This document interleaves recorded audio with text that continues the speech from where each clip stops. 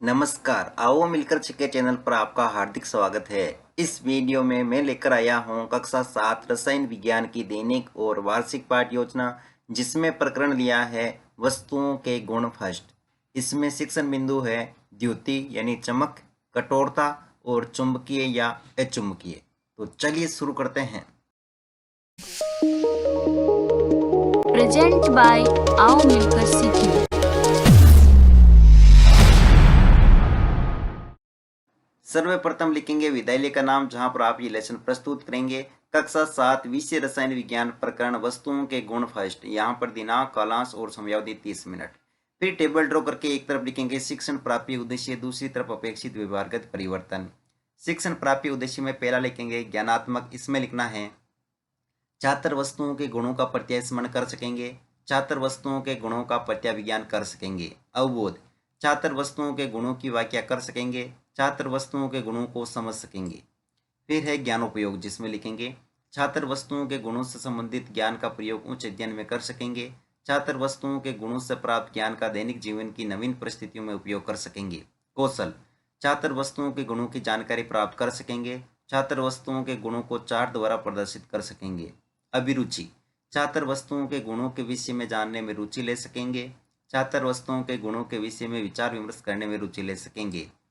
फिर है अभिवृत्ति, जिसमें लिखेंगे छात्र वस्तुओं के गुणों के विषय में सकारात्मक दृष्टिकोण उत्पन्न कर सकेंगे। शिक्षण सहायक सामग्री, लपेट फलक, चौक, डस्टर, संकेतक एवं समस्त कक्षा उपयोगी शिक्षण सहायक सामग्री। पूर्व ज्ञान, छात्र वस्तुओं के गुणों के विषय में सामान्य जानकारी रखते हैं। फिर है प्रस्तावना प्रश्न, जिसमें टेबल ड्रॉ करके लिखेंगे छात्र अध्यापक क्रियाएं, दूसरी तरफ छात्र क्रियाएं।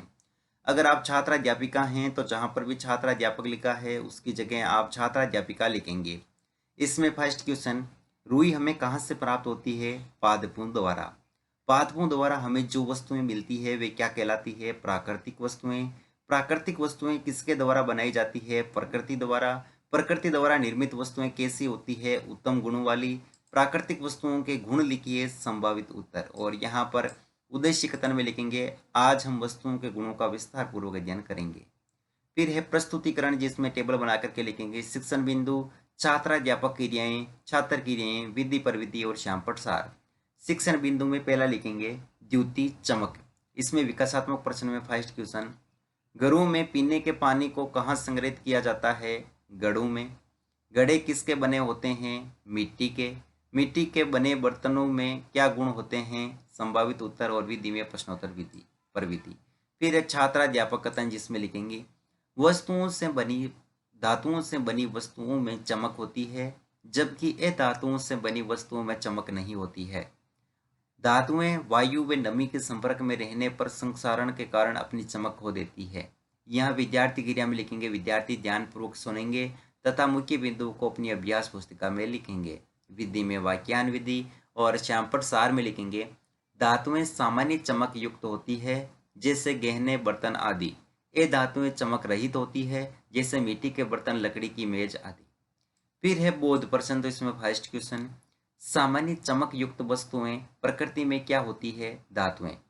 किसी एक धातु का नाम लिखिए। लकड़ी। यहाँ पर विधि में प्रश्नोत्तर पर विधि। फिर अगला शिक्षण बिंदु है कठोरता। इसमें विकासात्मक प्रश्न में फर्स्ट क्वेश्चन, लकड़ी के मेज पर दाब या बल लगाने पर क्या होता है? कोई परिवर्तन नहीं होता है। अगला क्वेश्चन, स्पंज के टुकड़े पर बल लगाने पर क्या होता है? वह दब जाता है। लकड़ी की मेज व स्पंज के टुकड़े में क्या अंतर है? संभावित उत्तर। और यहाँ पर विधि प्रविधि में प्रश्नोत्तर पर विधि। फिर है छात्राध्यापक कथन, जिसमें लिखेंगे ऐसी वस्तुएं जिन्हें आसानी से दबाया या संपीड़ित नहीं किया जा सकता है वे कठोर होती है, जबकि ऐसी वस्तुएं जिन्हें आसानी से संपीड़ित या दबाया जा सके वे नरम होती है। यहाँ पर विद्यार्थी क्रिया में लिखेंगे विद्यार्थी ध्यानपूर्वक सुनेंगे तथा मुख्य बिंदुओं को अपनी अभ्यास पुस्तिका में लिखेंगे। विधि में वाक्यान विधि और श्यामपट सार में लिखेंगे लकड़ी की मेज आसानी से संपीड़ित नहीं की जा सकती है, अतः अतः ये कठोर होती है, जबकि स्पंज के टुकड़े को आसानी से संपीड़ित किया जा सकता है, अतः वे नरम होता है। फिर है बोध प्रश्न। इसमें फर्स्ट क्वेश्चन, बल लगाने पर जिन वस्तुओं का आकार नहीं बदलता है वे क्या कहलाते हैं? कठोर वस्तुएं। अगला क्वेश्चन है किसी एक कठोर वस्तु का उदाहरण दीजिए। लकड़ी की मेज। और विधि पर विधि में प्रश्नोत्तर पर विधि। अगला शिक्षण बिंदु है चुंबकीय या अचुंबकीय। इसमें विकासात्मक प्रश्न में फर्स्ट क्वेश्चन, लोहे की कील को चुंबक के पास ले जाने पर क्या होगा? लोहा चुंबक द्वारा आकर्षित होगा। पत्थर के टुकड़े को चुंबक के पास ले जाने पर क्या होगा? कोई प्रभाव नहीं होगा। अगला क्वेश्चन है, चुंबक द्वारा आकर्षण के आधार पर वस्तुएं कितने प्रकार की होती है? संभावित उत्तर विधि परिविधि में प्रश्नोत्तर परिविधि। फिर है छात्राध्यापक कथन, जिसमें लिखेंगे चुंबकीय गुण के आधार पर वस्तुएं दो प्रकार की होती है। वे वस्तुएं जो चुंबक द्वारा आकर्षित होती है, जैसे लोहे की कील आलपिन।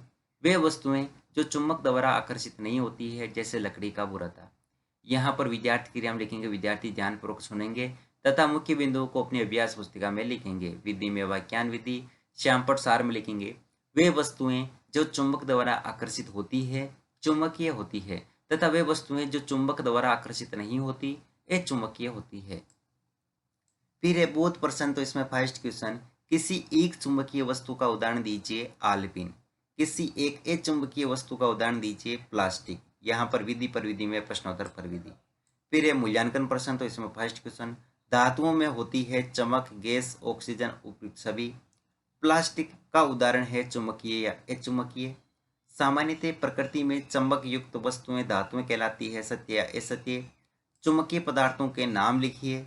चुंबकीय व अचुंबकीय पदार्थों में अंतर लिखिए। गृह कार्य में लिखेंगे धातुएं व अधातु में अंतर लिखिए। अंत में प्रयोग शक्ति टिप्पणी।